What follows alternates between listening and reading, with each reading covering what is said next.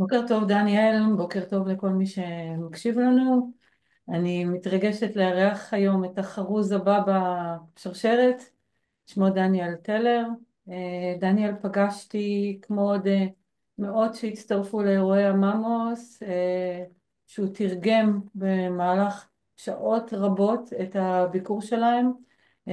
דניאל לא רק תרגם, הוא העביר ממש כמו שמן אמיתי, ואתם תכף תקשיבו, הוא שמן, הוא מרפא בעצמו.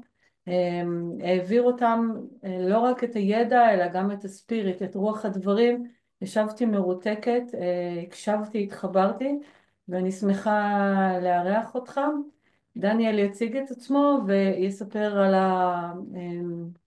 הנסיבות שבהם הוא פגש את הממוס והחליט להצטרף למסע המרגש הזה. אז בוקר טוב דניאל, בוקר נעים מאוד. נפלא, איזה כיף, בוקר טוב לכולם. אז לי קוראים דניאל טלר, אני בן 31, וככה יש לי כמה דברים שאני עושה בחיים. אה, בצד הקונבנציונלי אני מתעסק ברפואת חירום, יש לי תואר ברפואת חירום, אני פרמדיק במד"א, עשיתי תואר שני באנתרופולוגיה רפואית, זה החוט שמחבר אותי לממוס, שתכף אני אספר עליו. ומהצד השני אני כבר 8 שנים חוקר שבטים ילידיים באזור דרום אמריקה, לומד מהם רפואה מסורתית. למדתי עוד המון שיטות שונות גם בארץ, ואני מתעסק בתהליכי התפתחות והחלמה בשיטה שפיתחתי שנקראת רפואת אדם אדמה. וככה באמת דרך דרום אמריקה ודרך שהייה שלי עם שבטים ילידיים בפרו, בצ'ילה ואחר כך בקולומביה, והלימודים שלי האקדמיים, החלטתי שאת התזה שלי אני רוצה לעשות בקולומביה, וללכת לחפש, למצוא ולחקור את שבט הקוגי שמתגורר לו בסיירה נבדה, ששמעתי עליהם ככה 8 שנים קודם לכן כשהייתי בפרו ולמדתי עם השמן הראשון שלי, והם נשארו לי איפשהו פה מאחורה, מאחורי הראש. אמ, לא ידעתי כלום, ופתאום כשהייתי צריך לעשות את התזה, אמרתי, אוקיי, בוא נחפש חומר. ולא מצאתי מספיק חומרים, שזה עוד יותר סקרן אותי, כי זה גרם לי להבין, טוב, יש פה איזשהו שבט מעניין שלא חקרו אותו מספיק, ואיזה קול קורא כזה שכבר שנים יושב לי מאחורי הראש. ואז באמת יצאתי למסע של בערך חודש בקולומביה, עד שהצלחתי למצוא קונקשן כדי להגיע אליהם, ואישה נפלאה שלקחה אותי באמת לאחד הכפרים, וככה בעצם מצאתי את עצמי מתגורר חודשיים עם אחד הממוס, שמן מופלא, מרפא, מדהים, וזקן שבט, ועם המשפחה שלו ביער. אחר כך חזרתי אליהם שנה אחרי, ובאמת כשהממוס הגיעו לארץ, אמנם הם ממוס, שזה בעצם, ממוס זה מילה גם למרפא שבטי, גם לכהן דת, וגם בעצם ל-spiritual authority הכי גדולה שיש בארבעה שבטים האלה של הסיירה נבדה, שנקראים קוגי, ארוואקו, ויווה וקנקוואמו, ובעצם הממוס שהגיעו לארץ הם ארוואקו. ואני לא ידעתי שהם מגיעים. נראה לי כמו כמעט כולם, איכשהו במקרה קיבלתי את הלינק מאימא שלי, שתמיד יודעת להביא לי את הדברים הנכונים בזמן הנכון. פשוט באתי. ואז גיליתי שבעצם אני מכיר את מי שמארגן את זה, ונכנסתי איכשהו לצוות ככה לתת הרצאה בזום על הנושא של המחקר שלי, כדי לחבר את כולם, ואיכשהו הגעתי לטקס הראשון, ופתאום מצאתי את עצמי מתרגם, ומשם זה התגלגל מסע של לב לחלוטין. אמ, אחרי שהתחלת לתרגם ואחרי התהליך הזה התחיל בעצם להירקם, מה הרגשת שאתה מקבל מהממוס בעצם? מה הם הביאו איתם שהרגשת שהם מביאים לישראל ולא פגשת שהיית שם באופן אישי בסיירה נבדה? קודם כל, אני לא חושב שבהכרח לא פגשתי באופן אישי כשהייתי בסיירה נבדה, אני חושב שזה היה מאוד שונה ומיוחד כשזה היה פה. קודם כל זה שני אנשים שונים שלא הכרתי, שיש להם את הלב ואת החיבור שלהם, הקהילתיות, לעשות את זה בארץ ביחד עם עוד הרבה אנשים, זה מה שהיה ממש שונה ומיוחד. כשהייתי שם הייתי איתם, חייתי איתם בכפר שלהם, בתנאים שלהם, ופתאום לעשות את זה פה עם קהילה שמחפשת ריפוי ובאה להקשיב לדרך שאני כל כך מחובר אליה, שהיא דרך של חיבור לאדמה, של פשטות, ולהצליח לתרגם את כל המידע הזה היה בשבילי כמו ממש שליחות מטורפת. להביא את התובנות שלי לתוך התרגום שלהם וללכת איתם את המסע הזה פה בארץ וגם להמשיך אותו אולי אחר כך. בשבילי זה היה מדהים, כאילו זה היה ברור מאוד מהרגע שפגשתי אותם. למי שלא הצטרף אלינו למפגשים של הממוס, אתה יכול לתמצת את בעצם מה המוטו של הביקור שלהם בארץ, מה הם הביאו לנו בתקופה המאוד מיוחדת הזאת? כן, לתמצת את זה, זה כאילו מצד אחד מאתגר, מצד שני גם מאוד קל, כי באמת, כשמסתכלים על המהות שהם באו להביא, היא מאוד מתומצתת. מבחינתי לפחות, הממוס באו לארץ בשביל לעזור לנו לעבוד עם האש שיש לנו פה על האדמה, עם האנרגיות כל כך קשות של אש, של הרס, של חורבן, של מלחמה, של חיכוך וקונפליקט. והדרך שהם באו לעשות את זה, זה להזכיר לנו שבעצם הדרך לחיות את החיים האלה היא לחיות אותם בשלום, שלווה, הרמוניה, כבוד עם האדם ועם האדמה, עם הטבע שהיא בעצם גן העדן, היא הבית שלנו שמכיל אותנו, והדרך היא ללכת דרך החוט או הקו הישר. שהקו הישר מזכיר לנו פשוט תמיד להמשיך קדימה עם המצפן של הלב שלנו, לחשוב טוב, לעשות טוב, ולכוון את עצמנו לאורך הדרך. הממוס, מעבר המתנות הרוחניות, האנרגטיות שהם השאירו, הם השאירו לקראת סוף הביקור שלהם כמה מתנות פיזיות. מתנה אחת פיזית הם השאירו לשנינו, בעצם זה החוט שמחבר את החרוז של שנינו, יש עוד חוטים שמחברים אותנו, אבל בעצם אתה יכול לספר על המתנה שהם השאירו לנו, שהיא לא מתנה אישית, אלא היא מתנה למדינה, שלנו יש סוג של תפקיד איתה. נכון, היא מתנה קולקטיבית שאנחנו זכינו לקבל או לשאת. בעצם הממוס לפני שהם הלכו בירושלים מתחת לכותל בנקבת השילוח נתנו לנו אבן שהיא אבן טבעית קטנה בערך בגודל הזה אבל בצורה מושלמת של לב אנטומי, לא לב כזה אלא לב אנטומי שממש רואים בו גם את הצורה של הלב, גם את הצורה של העורקים והחדרים, משהו יפהפה באמת מדהים. ובעצם הם נתנו לך ולי אותו באיזושהי אמירה שהם רוצים שנשמור על לב העולם פה בארץ. שנינו, אבל שנינו כתפקיד שבעצם שומר עליו בשביל כל הקהילה ובעצם מייצר קהילה. כשבעצם הם ביקשו ממני לתרגם גם לך וגם לי את המהות ולמה שנינו, אז הם ביקשו ממך לשמור על הלב הזה כאימא שיודעת להכיל אותו ולהחזיק אותו ולטפל בו ולטפח אותו, ואז באמת נתנו לך לשטוף אותו במים של נקבת השילוח, ולי כגבר נתנו לשמור עליו כמו ההרים שככה שומרים ומחזיקים ומסתכלים ובעצם באנרגיה זכרית יותר של הגנה והחזקת מרחב, ואז גם אני שטפתי את הלב, ובעצם מה שהם ביקשו משנינו זה להמשיך את הדרך, להמשיך את העבודה פה בארץ, לא בצורה ספציפית עם נקודות לאורך הדרך, אבל אני הרגשתי לפחות עם הרבה אמון, וכך התחברנו גם ארבעתנו עם דלית ועמית כדי להמשיך את הדרך. כשקראתי את קורות החיים שלך, אז בעצם ראיתי שמגיל 13, בר מצווה, דיברנו עכשיו על גבריות, מגיל 13 בעצם הבנת שאתה מרפא, יש לך שליחות בעולם, והתחלת את המסע, והיום בגיל 31 הסתכלתי על זה, שזה היפוך הספרות, נכון. אתה בעצם מיישם את כל הגישות שרכשת עד היום, אז בעצם אני רוצה לשאול אותך שאלה, אני מקווה שתוכל לענות לי עליה ככה בשלוף. איזה אה, ערך ריפוי לקחת מהממוס ליישום במרכז שלך, במרכז שהקמת בהרצליה? אז תראי, קודם כל, אני חושב שאולי זה מתחלק לשניים.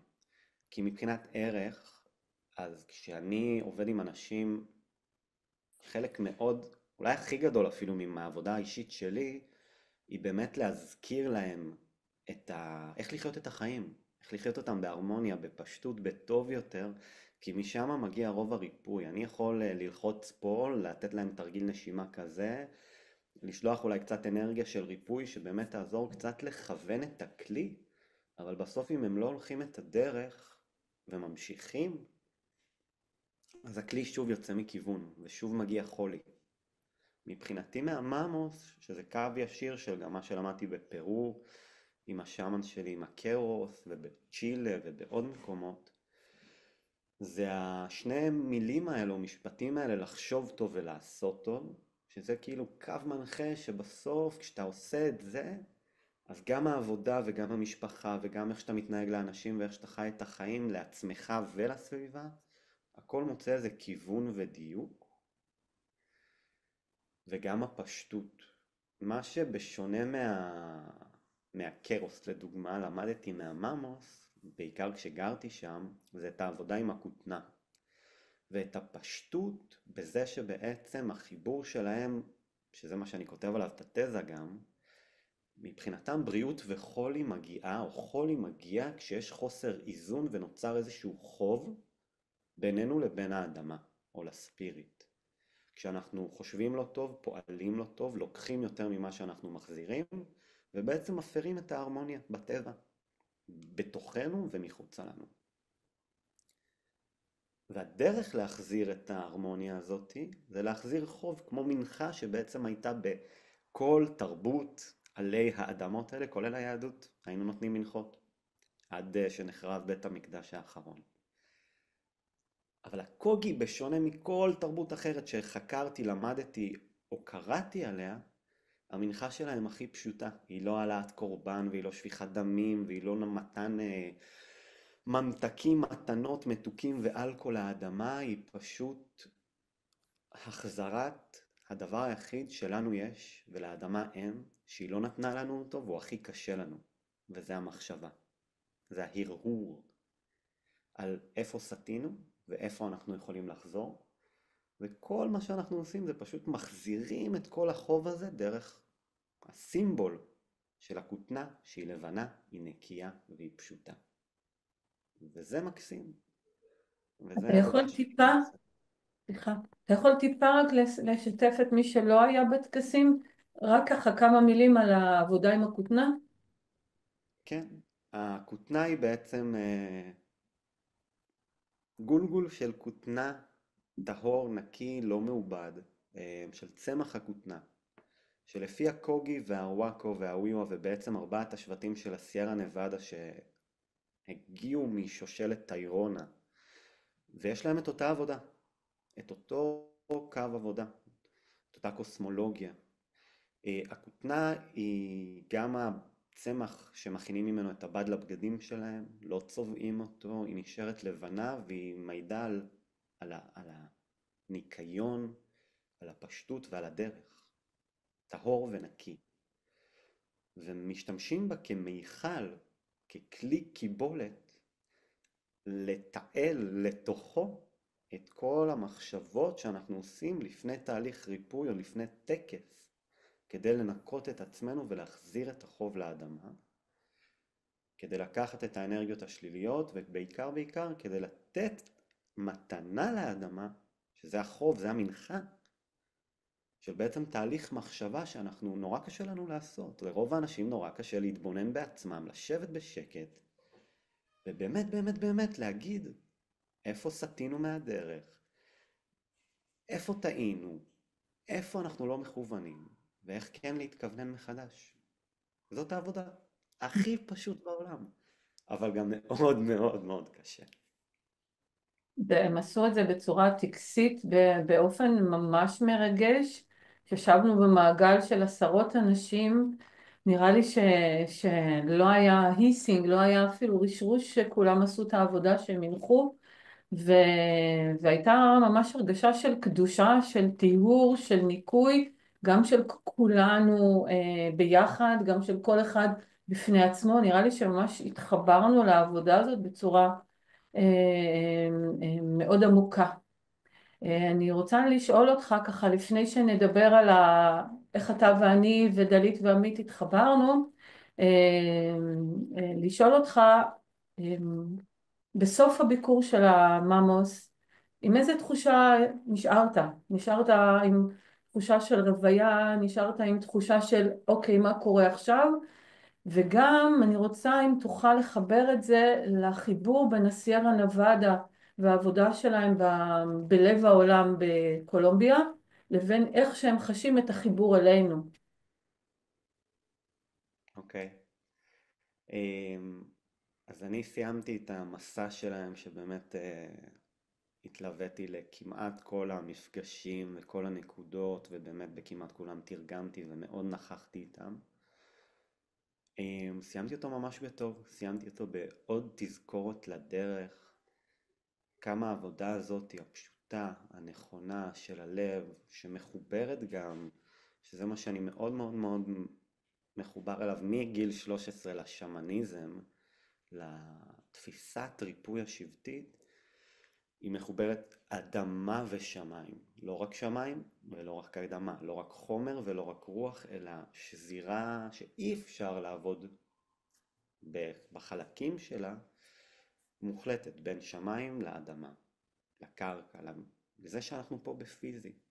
אז מאוד מאוד מאוד עוד תזכורת לדרך, לא לברוח יותר מדי לחומר ולא לברוח יותר מדי לרוח, אלא ללכת את הדרך מאוזן, ובעיקר בעיקר להמשיך לתת את זה פה בארץ לכל כך הרבה אנשים שאין להם את הזכות כמוני ללכת ללמוד בשבטים בקולומביה ובפרו ובמקומות אחרים, ואולי לא היה להם את הזכות להיות איתנו עם הממוס, וגם אם כן וגם אם לא, צריכים עוד את ההנחיה הזאת ועוד את המרחבים האלו שמייצרים ריפוי ומזכירים את הדרך. זה ככה אני יצאתי מהמפגש איתם, היא מאוד ככה היזכרות, אני חושב. ומה הייתה השאלה השנייה? לגבי החיבור, הם בעצם טוענים שהם באו לפה כי יש עבודה מאוד משמעותית בין העבודה של הריפוי שלנו כן, לעבודה של הריפוי שלהם, ושיש בעצם חוט שמקשר.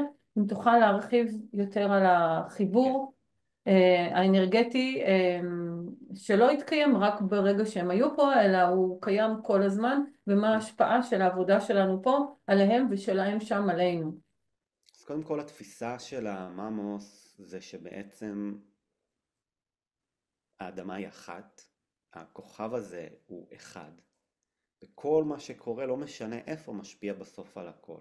זאת אומרת, אם במקום אחד יש יותר מדי הרס, יותר מדי מלחמה, יותר מדי חוסר איזון, החוב הזה הוא לאדמה, לא לטריטוריה. הוא מוציא את כל העולם מאיזון. עכשיו, מכיוון שהם, בתפיסה שלהם, הם השומרים של לב העולם בסיירה נבדה, שמבחינתם זה הטבור, זה המרכז, זה הלב של העולם, משם הכל התחיל, ובאמת זה גן עדן עלי אדמות והוא מאוד מיוחד, זה מקום, אחד המקומות היחידים בעולם שיש בו בטריטוריה אחת של סיירה, שזה רכס הרים, את כל האקלימים השונים עלי האדמה. יש שם גם ים, גם מדבר, גם יער סאב-טרופי, טרופי, גם אלטיפלנו, אנדיאן, והרים צחוחים לחלוטין, מלאי קרחונים ושלג ולגונות. אין עוד מקומות כאלה בעולם, ובגלל זה הם גם מאוד מחזיקים את התפיסה הזאת שזה הלב. אבל מה שקורה אצלנו משפיע באופן ישיר עליהם, ולכן הם נורא חשוב להם, שלמרות שהם לא רוצים לבוא לגור פה במקומות אחרים, אבל שאנחנו נתנהג בכבוד עם האדמה, כדי שהם יוכלו להמשיך לחיות בבריאות, כי זה משפיע להם על הבריאות ועל האדמה. זה אחד. מהצד השני, ארץ ישראל מאז ומעולם הייתה מקום אנרגטי מאוד מאוד חזק ומקום לחיכוכים, וממש רואים את הטריטוריה שלנו כאחד המרכזים שמחזיק את האש ושומר על האש בעולם. וכשאנחנו לא מאוזנים, אנחנו לא שומרים עליה, אנחנו רק מלבים אותה, וזה מה גם שקורה היום עם המלחמה. והאש הזאת משפיעה על האש בכל מקום. על החום, ואם אנחנו מצליחים בטריטוריה שלנו לשמור ולהחזיק את האש הזאת ולעבוד איתה כמו שאנחנו אמורים לעבוד איתה, זה אוטומטית משפיע גם עליהם וגם על כל שאר העולם, ולכן נורא נורא חשוב להם להמשיך לעבוד איתנו ושנמשיך את העבודה. אז סיימת את זה במשפט יפה, של להמשיך את העבודה. אז בעצם אחרי הביקור של הממוס, אתה ואני ודלית ועמית המשכנו ליצור קשר ויצרנו מפגשים קהילתיים, וישבנו לפני שבועיים סביב המדורה, ובעצם אנחנו מתחילים לרקום איזשהו אה, ארגון שרוצה להמשיך את העבודה הזאת הלאה בארץ. כולנו מרגישים שהם הביאו לא דווקא בשורה כבשורה, אבל השראה מאוד גדולה בתקופה של מצוקה קהילתית אדירה. אנחנו מדינה פוסט-טראומה מקיר לקיר. טראומה בינתיים, אבל גם פוסט טראומה. כן, טראומה אחרת. חרדות, דיכאון, ובעצם אני אשמח שתשתף קצת בהתחלה של העבודה, בחלומות שאנחנו מתחילים לרקום, בכוונות שלנו, איך זה חובר להמשך הישיר של העבודה עם הממוס, ובעצם לאן אנחנו רוצים לקחת את זה בהשראת הממוס, אבל לא דווקא עם השבט הספציפי הזה. שאלתי שאלה מורכבת. לא, לא כזאת מורכבת, היא מאוד פשוטה. אני חושב מה שקרה בזכות הביקור של המאמוס זה שנפגשו 4 לבבות.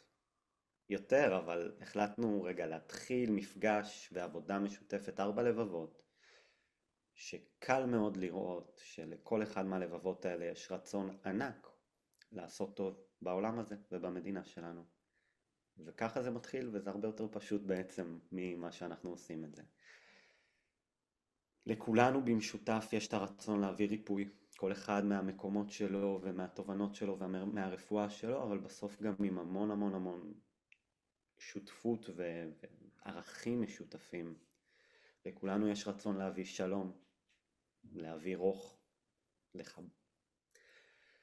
להשקיט קצת את האש, ופשוט לעזור לתמוך בקהילה שלנו שמסביבנו ובמדינה ובכל מי שרוצה, ולהוביל דרך שאני יודע שלנו יש את הפריבילגיה, את הזכות, את היכולת ללכת אותה כל יום מחדש, ולהוביל למי שירצה ככה להצטרף אלינו למסע, וזה לא להוביל עכשיו כאיזה מנהיגי כת או איזה גורואים, אבל זה להתחיל להניע תנועה. ומה התנועה? התנועה היא לייצר עוד מפגשים כאלה, עוד מפגשים שבטיים, טקסיים, של מעגליות, של היזכרות, של מפגשי לב, שבהם אנשים מכירים יותר, אולי אנשים כמוהם, עם רצון כזה ללכת דרך פשוטה וטובה. קצת לנקות מהאובר חומריות, וקצת להיזכר יותר ברוח ובעומק ובחיבור לאדמה.